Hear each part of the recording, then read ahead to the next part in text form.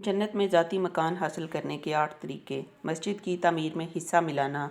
रसूलुल्लाह सल्लल्लाहु अलैहि वसल्लम ने इरशाद फरमाया, जिस शख्स ने अल्लाह ताला की खुशनुदी के लिए मस्जिद तामीर की तो अल्लाह ताला उसके लिए जन्नत में घर बना देंगे।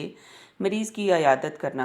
रसूलुल्लाह ने इरशाद फरमाया, जिसने किसी बीमार की इयादत की या अल्लाह के लिए किसी भाई से मुलाकात की तो उसे एक पुकारने वाला यानी फरिश्ता कहता है कि तुझे मुबारक हो और तेरा चल कर आना मुबारक हो और तूने जन्नत में घर बना लिया। औलाद की मौत पर सब्र करना।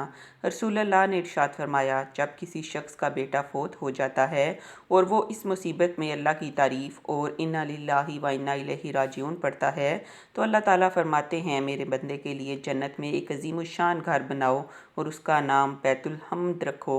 झगड़ा छोड़ना, सच बोलना, उम्दा अखलाक। रसूलुल्लाह ने इरशाद फरमाया, मैं उस शख्स के लिए जन्नत के बीच में एक घर का ज़ामिन हूँ जो हक़ पर होने के बावजूद झगड़ा छोड़ दे, और उस शख्स के लिए घर का ज़ामिन हूँ जो मजाक और मजाक में भी झूठ बोलना छोड़ दे, और उस शख्स के लिए भी घर का ज़ामिन हूँ जो आला अखलाक का मालिक हो।